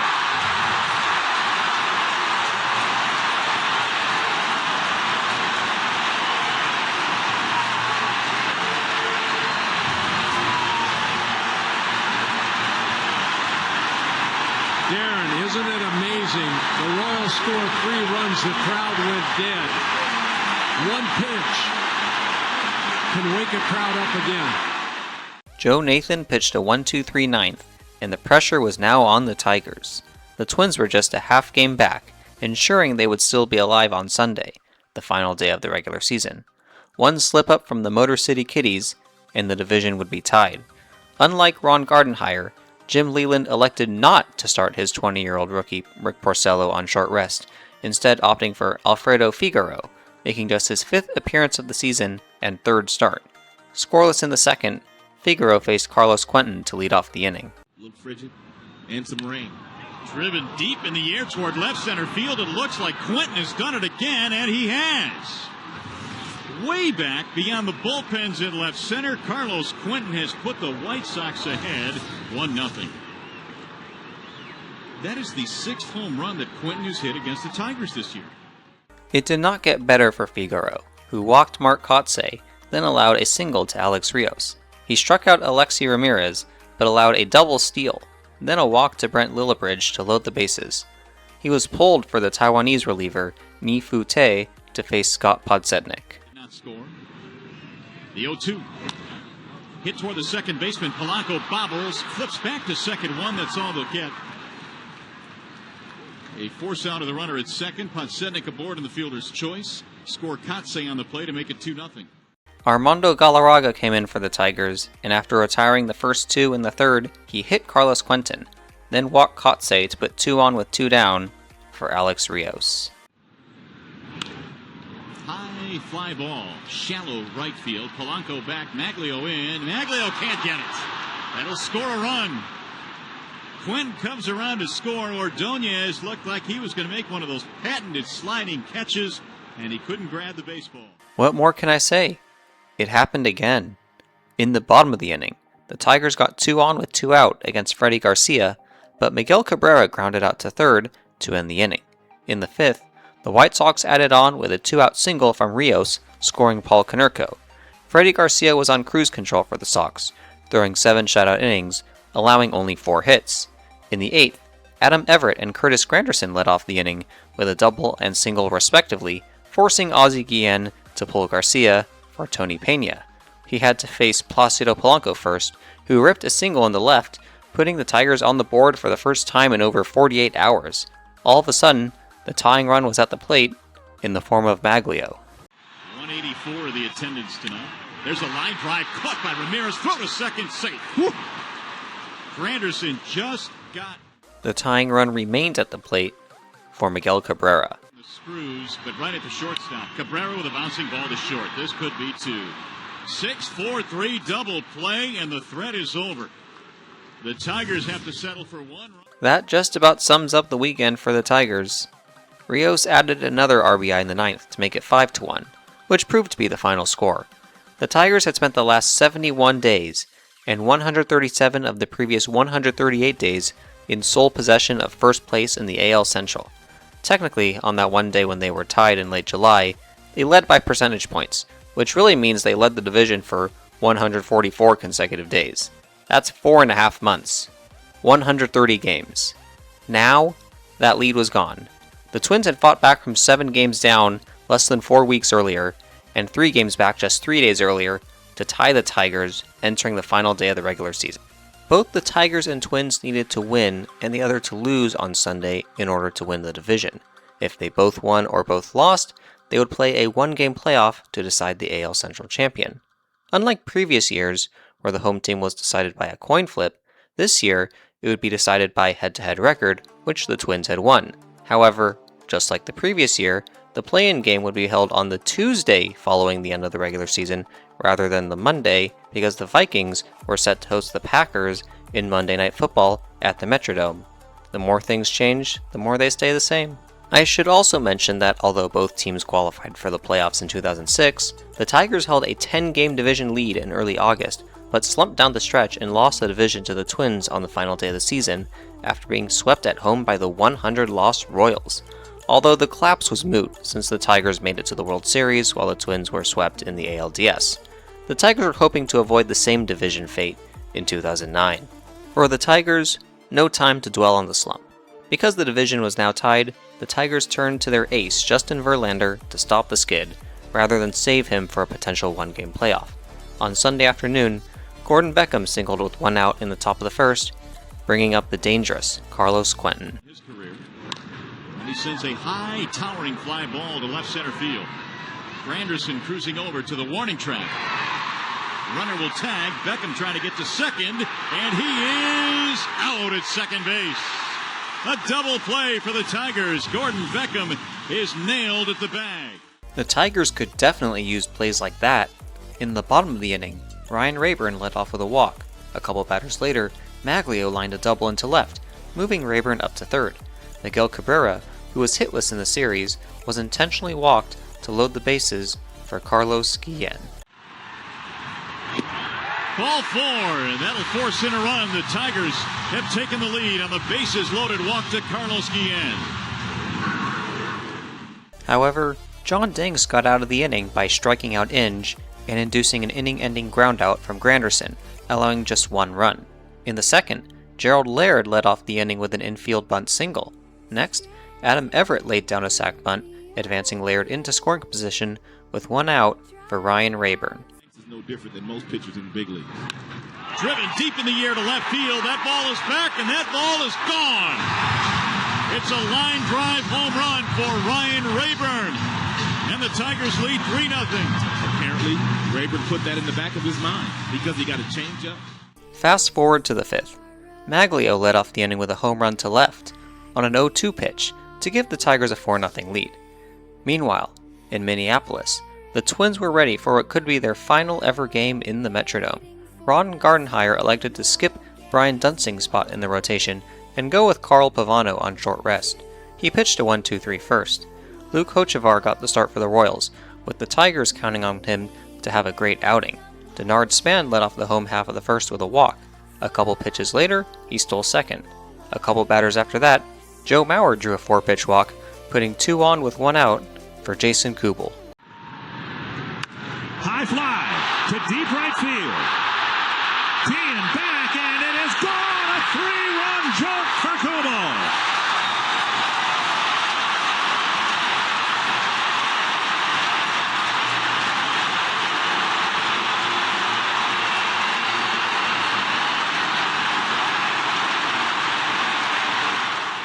Yeah, the Tigers aren't going to get any help from the Royals today.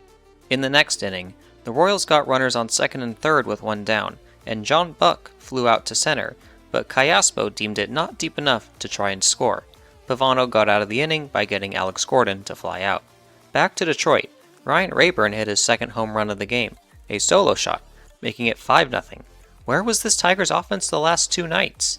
Back to the Metrodome, in the next inning, Luis Hernandez led off with a double for the Royals, but Pavano struck out Willie Bloomquist and Mitch Meyer, and then got Billy Butler to ground out to escape again without allowing a run.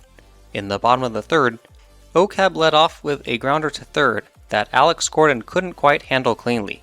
He was not charged with an error. Next, Joe Mauer drew a walk, putting 2 on for Jason Kubel. You should know what happens next.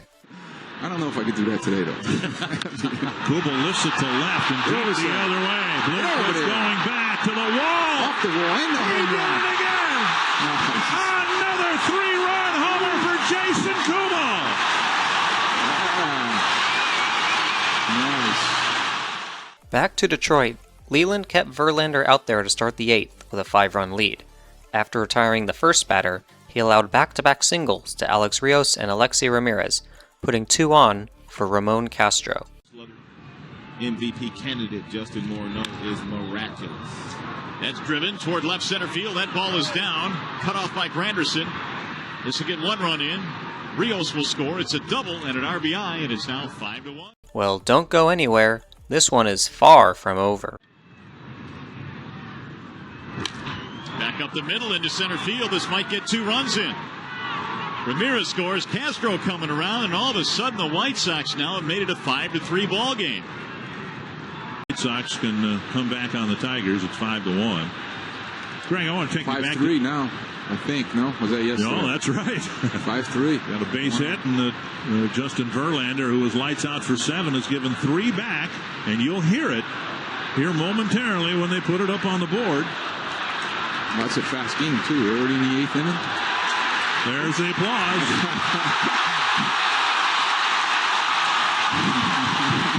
There is a precedent for this, and fans who were witness to this magnificent day we had here 3 years ago remember that the Tigers jumped out quickly on the Royals, and the Royals came back to win the game in extra innings and put the Twins into the division championship. The tying run was now at the plate for Scott Podsednik. Fortunately for the Tigers, Verlander got him to pop out for out number 2, but proceeded to walk Jason Nix on 4 pitches. With the tying run now on base, Leland gave him the hook, bringing in Fernando Rodney for the 4-out save. His first batter, Carlos Quentin. That's in the air, shallow left center field. Granderson coming hard, diving and making the catch. Boy, oh boy, what a play by Curtis. How clutch was that play by Curtis Granderson? The crowd to its feet. Granderson saves the day here in the 8th. Outstanding. Boy, the Tigers needed that. In the bottom of the inning, they got runners at the corners with 1 down for Placido Polanco, looking to add some insurance. Fly ball in the air to shallow right. Wayne Wise coming in, runner tags up. They're going to try and score him. Laird coming home. The throw is in time, a collision, and Castro holds on for the double play. Laird nailed him coming in, but Castro was able to hold on to the baseball, and that's all. Well, that didn't help. Can Fernando Rodney protect the 2-run lead? And the 1-1. Bouncing ball to second should do it. Polanco flips to Everett 1. That's the Tigers win. The Tigers, on the final day of the season, beat the White Sox, and they have earned, at the very least, a trip to Minnesota on Tuesday night. If the Twins beat Kansas City, there will be a tie-breaking game Tuesday night. Otherwise, the Tigers will celebrate a division championship. This now meant that the Twins had to win to extend their season. They've got a 7-run lead. Easy enough, right? Well, not so fast. Remember, the Royals made it interesting late the last couple of nights. Down 8-1 in the 6th, Alberto Callaspo hit an RBI triple, scoring Mike Jacobs to make it 8-2. A couple batters later, he scored on a John Buck groundout to make it 8-3. Just when it seemed like the Twins would get out of the inning, Alex Gordon hit a home run, his second in as many days, to make it a 4-run game. Pavano was pulled after 5 2/3. Bobby Keppel came in and allowed back-to-back singles to Luis Hernandez and Willie Bloomquist. He was pulled after failing to record an out. Ron Mayhay came in, and on a 2-2 pitch, he hit Mitch Meyer to load the bases. All of a sudden, the tying run was at the plate. Mayhay was lifted after just one batter for the tall guy with an ugly neck tattoo. He had to face Billy Butler, who had 21 home runs on the season.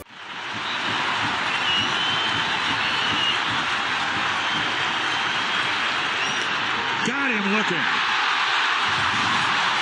The Royals get 3, but they lead 3. And the Twins lead by 4. After that, the Twins made sure the Royals had no chance of coming back. Orlando Cabrera, Matt Tolbert, and Cabrera again each hit RBI doubles. Then Michael Kadire, who else, finished it off with a 2-run homer in the 8th. Liriano closed it out with a scoreless 9th, and the Metrodome would officially see at least one more baseball game. After 162 games, the AL Central was still yet to be decided. For the second consecutive year, the Twins fought back from a multi-game deficit late in the season to force a one-game playoff for the division title. Also for the second straight year, that game would be played on the Tuesday following the season end, rather than the Monday. Finally, for the second straight year, the AL Central winner didn't have enough wins to finish among the top 4 in the American League. The only difference from last year is that the Twins would be playing at home instead of on the road. That's because the Twins won the season series over the Tigers 11-7, including going 7-2 at the Metrodome. To say that the fact that the Tigers have to play a 163rd game is a disappointment would be an understatement.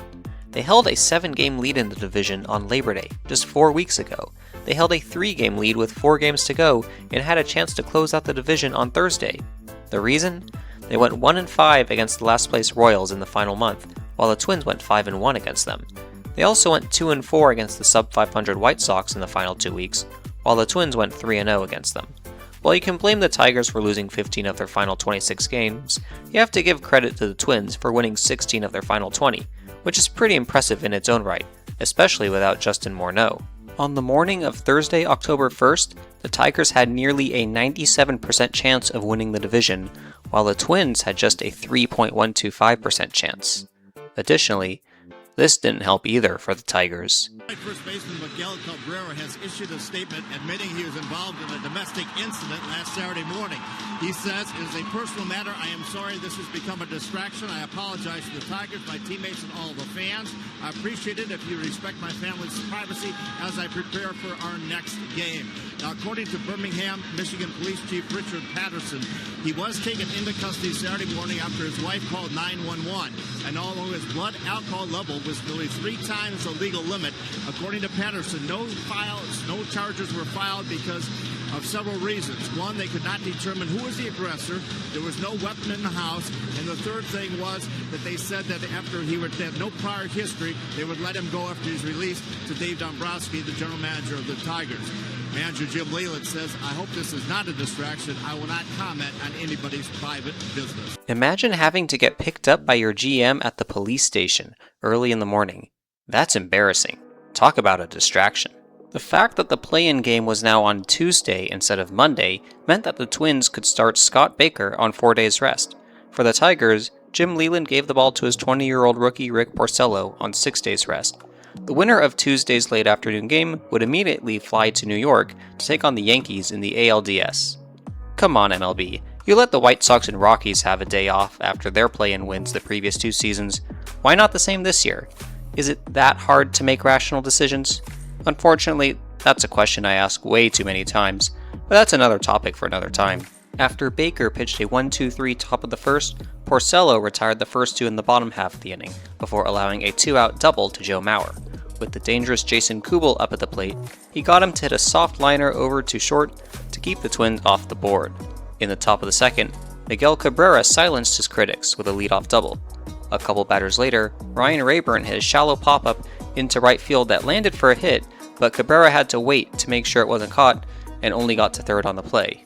Runners were now at the corners for Brandon Inge. Hot shot, caught by Cabrera. Big second out. Gerald Laird popped out to end the inning, and the Tigers failed to capitalize. In the next inning, Curtis Granderson reached on a one-out walk, bringing up Placido.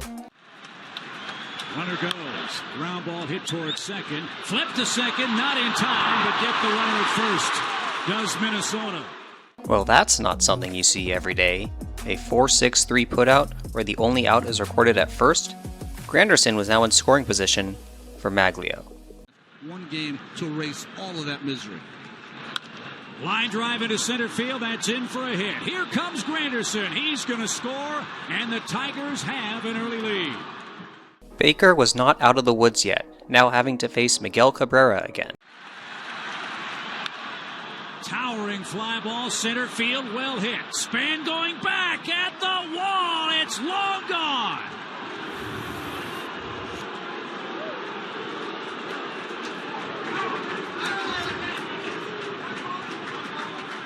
The Tigers have scored 3. This is just the start the Tigers needed. Now, how can Porcello pitch with a 3-run lead? In the bottom of the inning, Inge made a nice diving stop on a Matt Tolbert grounder, but he was unable to throw him out at first to lead off the inning. A couple batters later, Denard Span singled to left, putting 2 Twins on base for the first time this game. Ocab followed with a fly out to right, but deep enough for Tolbert to tag up and advance to third base. There were now 2 down, with runners on the corners for Joe Mauer. Your big players usually come up big. There's Jason on deck. Ball gets thrown away. Runner from third's going to score. Tolbert comes home, and a bad break for Minnesota. That ball hit Jerry White, the first base coach. So there's a gift. It's a 3-1 game. Mauer wound up drawing a walk, putting 2 on for Jason Kubel, but Porcello rebounded to strike him out, ending the inning allowing just 1 run.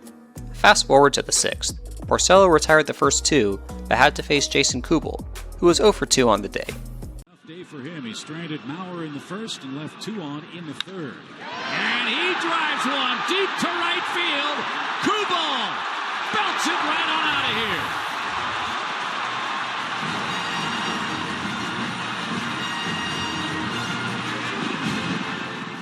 Porcello walked Kadire and was pulled by Leland after pitching 5 2/3. A pretty impressive start for the 20-year-old given the tense circumstances. He was relieved by Zach Miner, who allowed a first pitch single to Delman Young with the outfield playing no doubles, which advanced Kadire up to third. With the tying run just 90 feet away, Miner hit pinch hitter Brendan Harris, also on the first pitch, loading the bases for Matt Tolbert. High fly ball center field. Granderson drifting back, has room. He's got it, and the side is retired. Exhale. The Tigers escaped the inning holding on to a 1-run lead. For the Twins, Scott Baker was pulled after 6+. He too had a pretty good start, enough to keep the Twins in it. A couple of Twins relievers were able to keep the Tigers off the board in the top of the 7th. In the bottom of the inning, Zach Miner stayed on the mound for the Tigers and gave up a leadoff single to Nick Punto on the 9th pitch of the at-bat. A couple batters later, Ocab came up. High fly ball, hammered deep left field, track, wall, and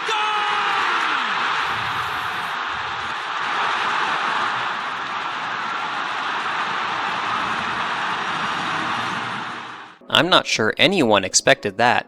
Although out of Cabrera's 9 home runs in 2009, 2 of them were off Miner. He helped the White Sox win the division last year, and now he's helping the Twins. Mostly known as a guy who does the small things, he did some heavy lifting there. I think the key, though, for every team that Orlando Cabrera plays on, he's a winning player, and he always seems to get that big hit when you need it. They need it now. With the Twins now in front for the first time tonight, Matt Guerrier, who closed out the 7th, came back out for the 8th to face the heart of the Tigers lineup. The first pitch. High fly ball, that's belted deep toward left. Track, wall, and we are tied! Maglio Ordonez launches one to left, and the Tigers are still alive. 4-4 your score. The Tigers answered right back. Later in the inning, Guerrier walked Guillen and Rayburn back-to-back with 1 out and was relieved by Joe Nathan? Wow, what a move by Gardenhire to bring him in now. Let's see if it pays off. Nathan got Brandon Inge to pop out for out number 2, then struck out Gerald Laird looking for the 3rd out of the inning, stranding 2 Tigers on base. With the 2007 play-in game having gone 13 innings, and the 2008 edition decided by just a run, this is yet another instant classic. Nathan came back out for the ninth, and Ramon Santiago led off the inning with a bunt down the first base line, and he was able to avoid Kadyr's tag to reach first safely. Great job staying in the base path, too. Adam Everett pinch ran for Santiago, and Curtis Granderson followed up with a single to right, advancing Everett to third. All of a sudden, the Tigers are in business, and the Twins are in trouble with runners at the corners and nobody out in a tie ball game in the top of the ninth. Could Placido Polanco deliver for the Tigers?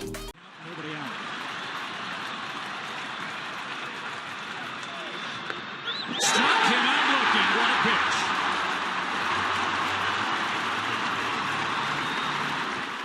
pitch. Runners remained at the corners for Maglio, who already had an RBI single and a home run earlier.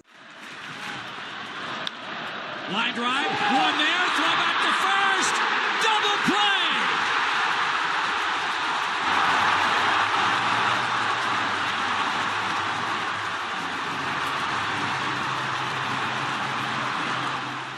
Somehow, some way, Joe Nathan was able to wiggle out of that one. In the bottom of the ninth, Nick Punto led off the walk on the 10th pitch of the at-bat, representing the winning run.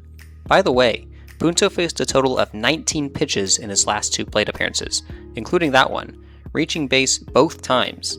Denard Span followed with a sac bunt, advancing Punto into scoring position with 1 out.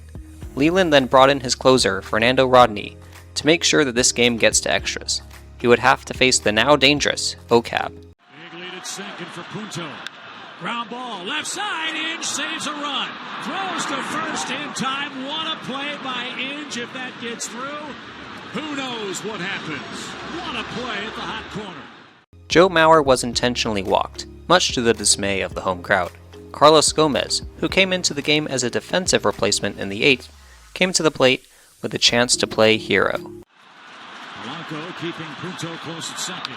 Hot shot towards short. Everett scoops it up, and we go to the 10th inning. What a ball game. This was now the 4th time that the Twins and Tigers were headed to extras this season. On May 13th, the Tigers held a 9-7 lead into the 8th until Jason Kubel hit a game-tying 2-run homer in the 8th off Joel Zumaya. Neither team scored until the 13th, when the Tigers retook the lead on a Jesse Crane balk, scoring Granderson. In the bottom of the inning, though, Matt Tolbert tied it back up with an RBI single. After a couple walks, the bases were loaded with 2 down for Joe Creedy. Third baseman. Curve wallop to left field. Back. Get out of here. Gone! A game-winning grand slam for Joe Creedy.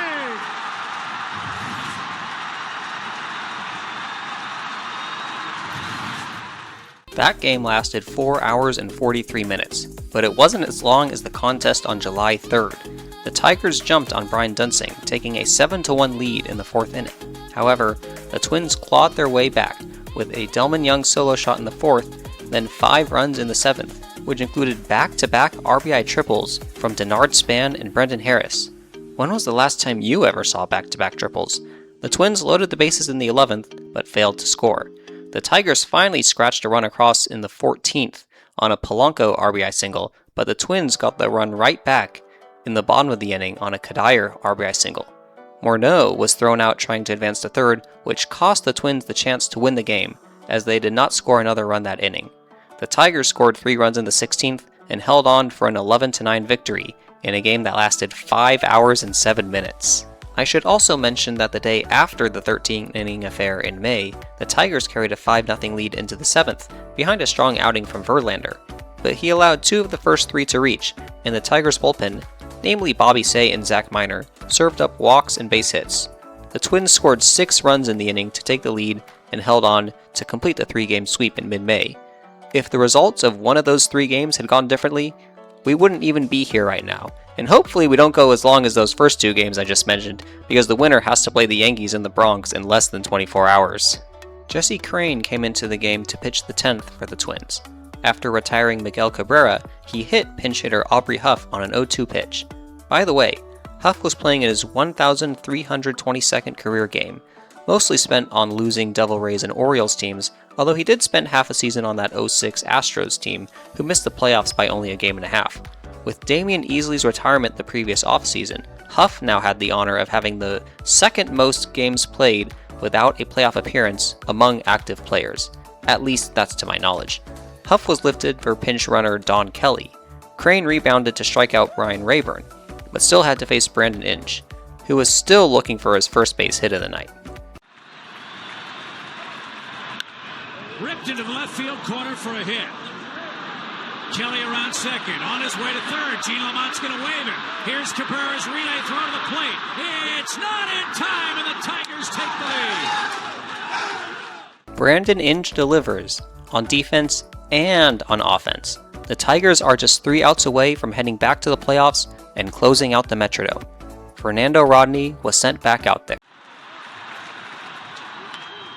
A little fly ball into shallow left. It's going to drop, and it gets by Rayburn.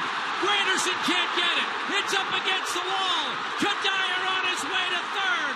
Throw late.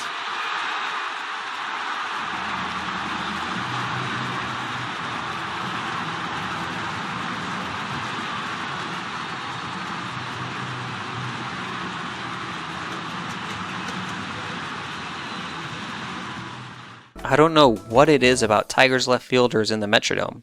The tying run is just 90 feet away with nobody out for Delman Young. Infield in. Chopper doesn't get through. Everett, 1 out.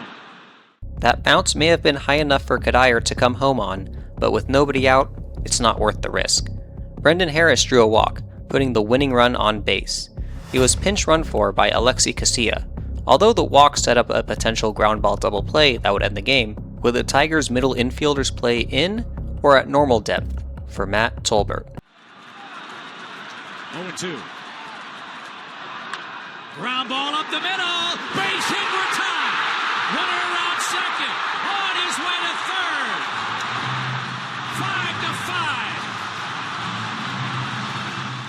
5-5. Hindsight is always 20/20, but Jim Leyland may have outsmarted himself on this one.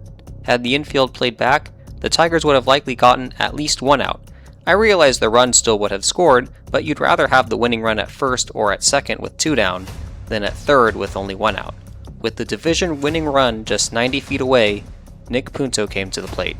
Could he be the hero? Twins have won the division 4 times since 2002. Line drive, base hit! Caught out there, runner tags, here he comes, throw to the plate, on target, and in time! A double play ends the 10th. Rayburn atoned for his mistake earlier in the inning, and this time saved the season for the Tigers. His 5th outfield assist in the last month. Crane came back out for the 11th, and struck out Adam Everett to start off the frame. He was pulled for Ron Mayhay, the Twins' 7th pitcher on the night. He struck out Granderson, but was pulled for Bobby Keppel, the 8th pitcher of the night for the Twins. He got Polanco to line out to complete a combined 1-2-3 inning. In the bottom of the 11th, Fernando Rodney came back out for his second full inning of work. The first batter, the leadoff man, Denard Span.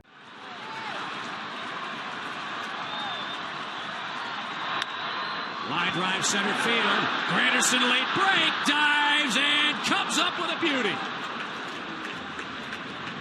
He played shallowly, and that saved him. 1 out. Granderson with another amazing catch out there in center for the second straight game. Rodney struck out Ocab, then got Maurer to ground out to send this game to the 12th. Miguel Cabrera worked a 1-out walk. Don Kelly followed with a single to left, and Miguel Cabrera showed off his wheels and made it to third. Kelly right behind him made it to second because the throw went to third.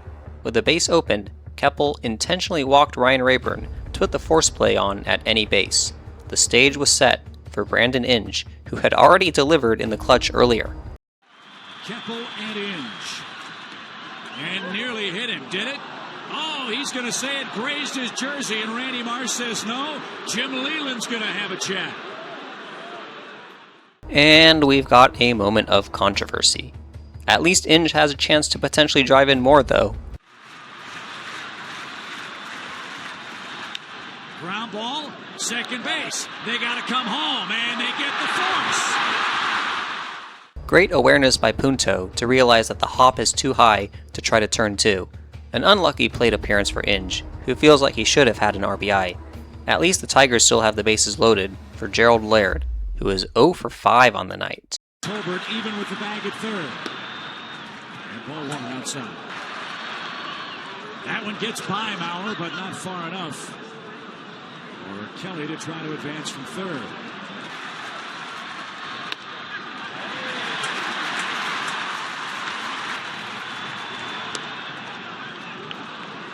Three balls, 1 strike. There's no defense for a walk. Pitch. They popped it up out of play. Full count. So now the merry-go-round will start for the Tigers. Everybody will be running.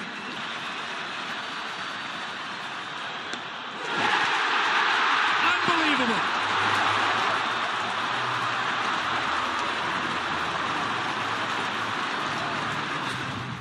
Laird swung and missed at ball 4. A tough inning for the Tigers, as Keppel walked the tightrope. This game is basically a microcosm of the Tigers' final month of the season. Have a lead, waste chances with runners in scoring position, have the bullpen blow the lead. You get the idea. Fernando Rodney came back out for his 3rd full inning of work. Carlos Gomez greeted him with a leadoff single, past a diving Inge. Next, Cuddyer hit a grounder to third, deep enough to advance Gomez into scoring position. Rodney intentionally walked Delman Young to put on a potential double play for Alexi Casilla, who was 3 for 5 all-time against Rodney. Back in the 10th, he was thrown out at the plate after failing to tag up at third in a timely manner. Could he make amends here? He's got an outstanding arm also. He's very deep in right. And a pitch bounce right side, base hit. Here comes Gomez around third. There'll be no play. The Twins have won the Central.